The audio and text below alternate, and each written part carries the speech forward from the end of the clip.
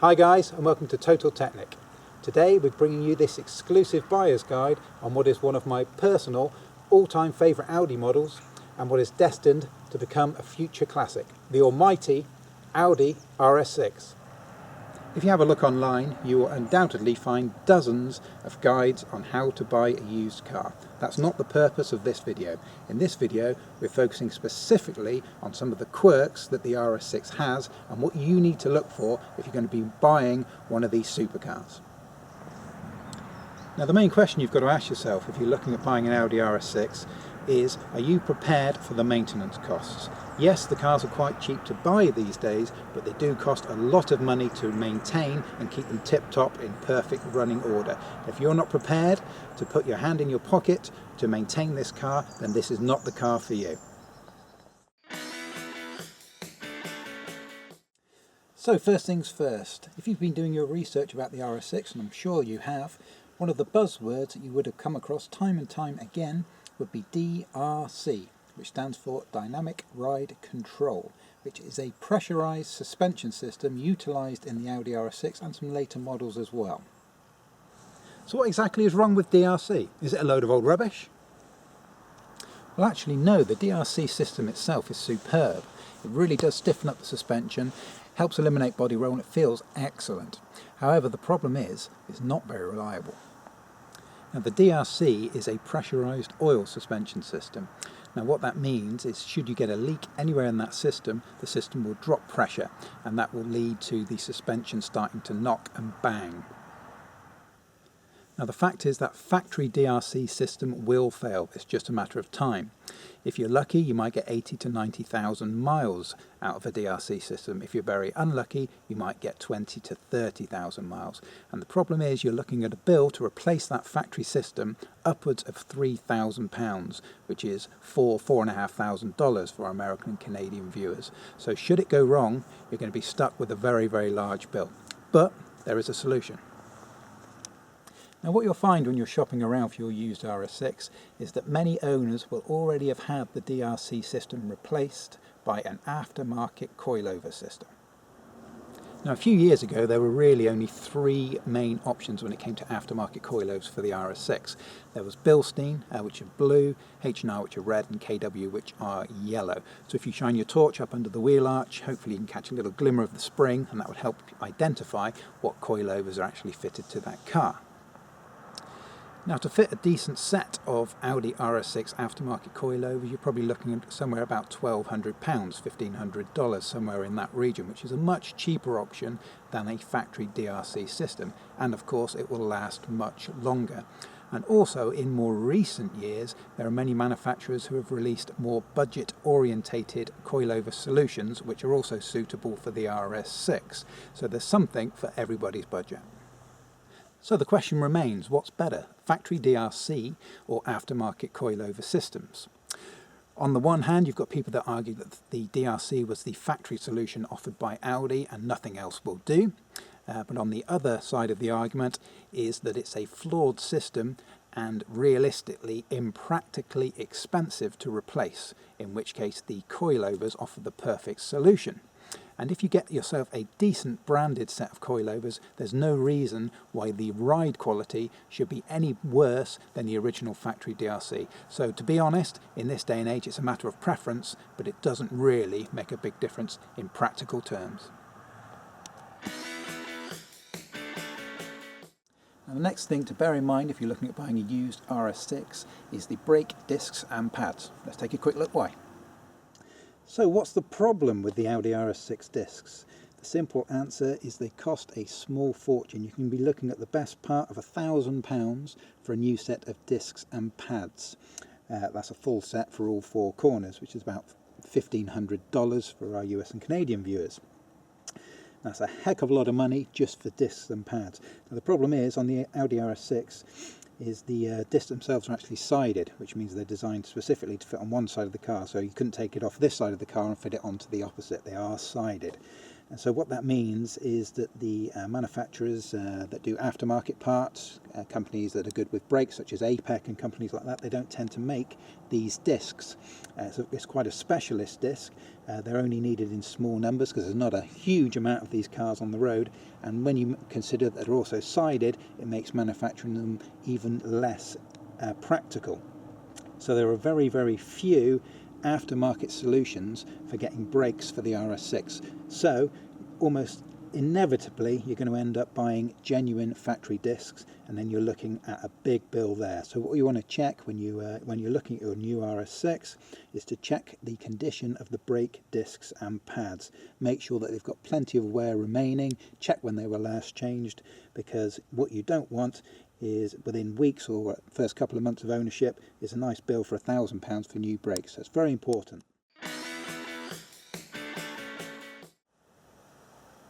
Now, another thing that's very important on the RS6 is regular cambelt changes. The cambelt on these, depending on who you ask, should be changed approximately every 40,000 miles or 4 years. And the cost of a replacement cambelt, you're looking at somewhere around the £1,200 mark, $1,500.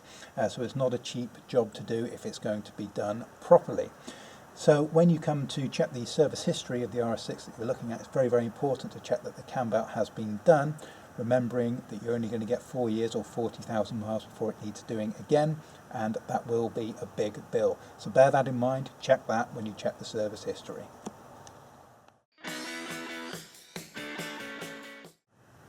Now, another thing to be sure to check when you're having a look at the new RS6 that you're thinking of buying is the intercoolers. Okay, now the RS6 has two intercoolers, one on either side. If we have a quick look in the engine bay down here, you can see the top of the intercooler is actually this unit down there, and you've got this big hose coming off of it at 90 degrees here. Now, there's two things that can go wrong with these intercoolers. One is the actual intercooler itself, and the second is the hose.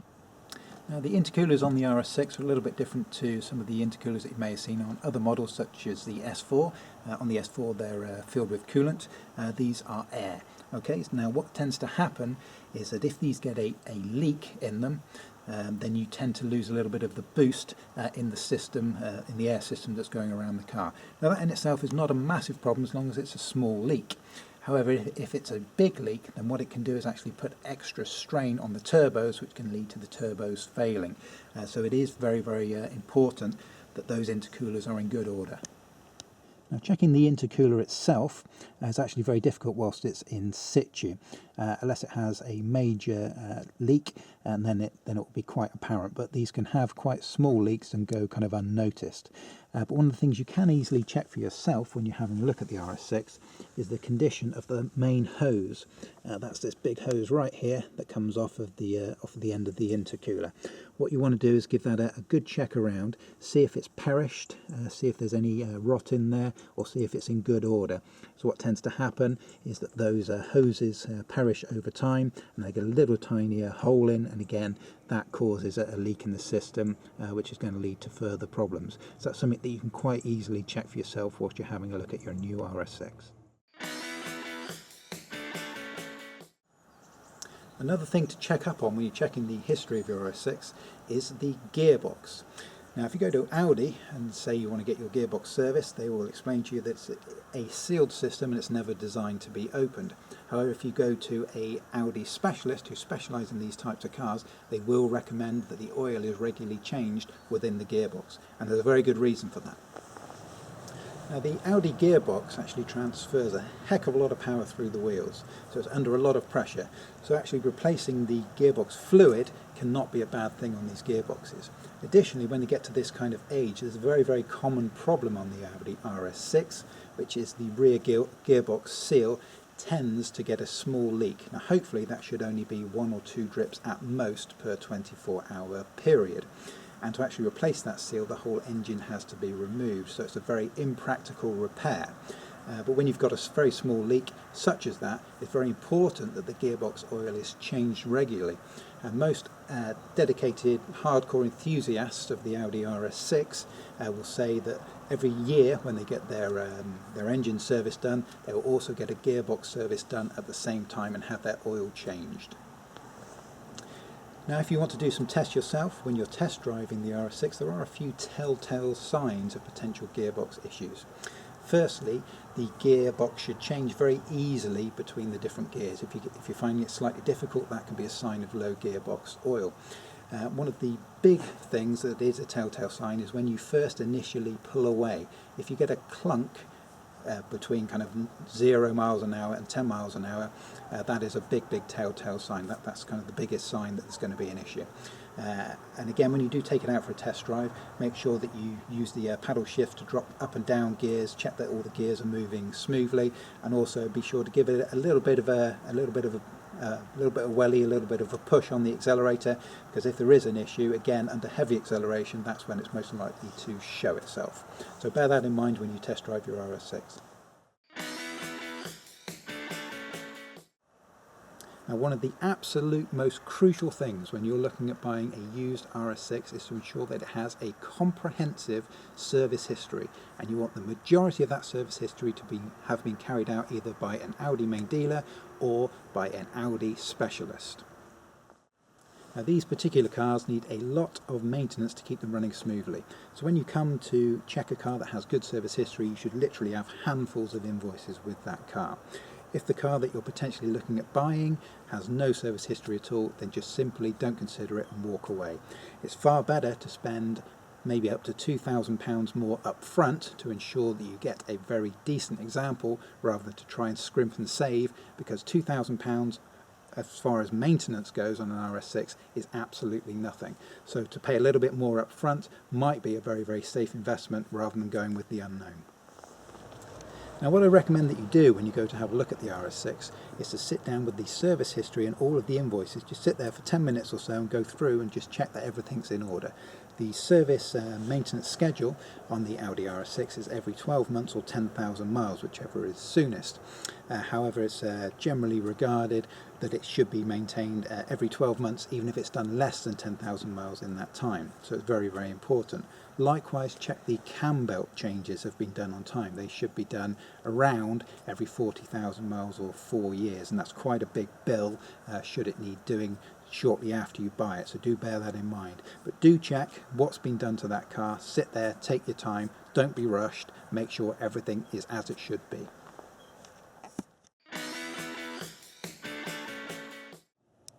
Another thing that's worth having a quick look at whilst you're checking your Audi RS6 is the condition of the tyres. Obviously you can do that for yourself by feeling how much tread is remaining on those tyres. Give them a good feel over, make sure that the wear is even across the face of the tyre. Just give it a good general check over. The tyres on these tend to be quite expensive. Not everyone makes tyres of this particular size. And so it's hard to kind of get a more budget orientated option. So you see that most are fitted with things like Pirelli, which we have on this particular car here. And obviously when you're looking at things like Pirelli, Michelin, things of that nature, you can easily be looking at £150 plus per corner. So again, when you come to change your tyres, you can be looking at for a bill of £600 plus. And on these, as you can imagine, on the performance-orientated vehicles such as the RS6, they tend to get through tyres more quickly than you would expect on a standard A6. So bear that in mind, as you're probably going to get through a fair few set of tyres, and they're not going to be the most inexpensive things to replace. And you really don't want to go for a budget option, should you even be able to find one, because this is a performance car and you're putting a lot of strain through these tyres, so you do really want to try and stick with a good brand. So do bear that in mind. The tyres are going to cost you a little bit of money on these cars. Another one of the wonderful things about the RS6 is that it's very easy, and these days actually quite inexpensive, to enhance the performance even further, to go from 450 to the sky's the limit. Now, any decent Audi specialist will be able to offer you a full remap for the Audi RS6, which will boost its power from around the 450 mark to somewhere nearing 500 up to 520, somewhere in that kind of region. So you can easily gain an extra 50 to 70 brake horsepower just with a remap on these. So if you're going to remap the RS6, why not also upgrade the exhaust system at the same time? One of the most respected aftermarket exhaust solutions for the RS6 is made by Milltech. And although that will only give you a small boost in power in itself, it will dramatically change the overall noise and the effect coming from that wonderful V8 engine.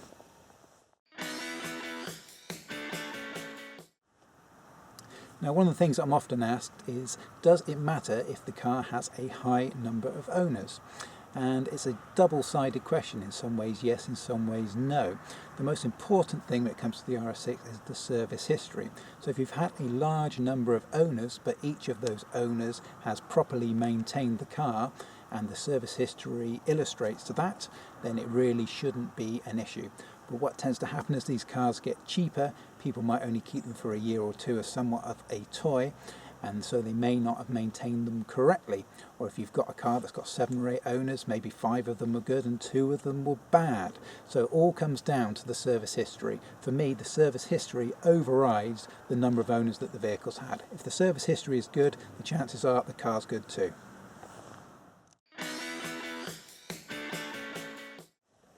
Now, as an Audi RS6 owner, apart from the front driver's door, the thing that you're probably opening the most on this car on a daily basis is going to be this, the fuel flap. This car drinks a lot of petrol. Another thing to bear in mind when it comes to the fuel for these cars is, if possible, it's best to run these off of Super Plus Optimax, a high octane fuel if possible, especially if you get a remap done. If you've got a remap, it's almost essential that you're using Super Plus Optimax, something of that nature.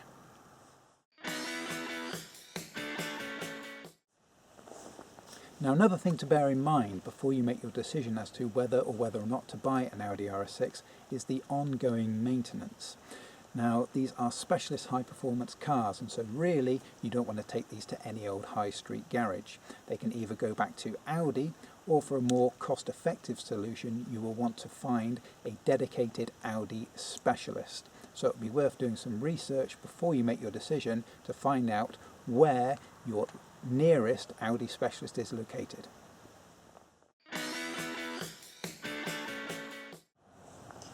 Another question that comes up quite a lot is, what is the Audi RS6 Plus? Quite simply, the RS6 Plus was a special limited edition version of the RS6. This was an official model released by Audi. There were only 999 units which were manufactured worldwide, of which it's estimated around 100 of them ended up in the United Kingdom. They boosted the power from 450 up to 480 brake horsepower. They also had an enhanced engine braking system to assist with the braking of the car. Additionally, it had black optics, black wheels, so they have a slightly different look to them as well. But that's all that the RS6 Plus is effectively a very limited edition, quite a special version of the RS6. So naturally, as there are only around 100 in the UK, 999 that were made, not all of those exist, unfortunately. To this day, they are actually quite a rare car, and they don't come up for sale very often. When they do, obviously you're looking at paying a hefty premium over the standard RS6. But should you decide to go for one of those, the RS6 Plus, you know you've got something very rare and very special indeed.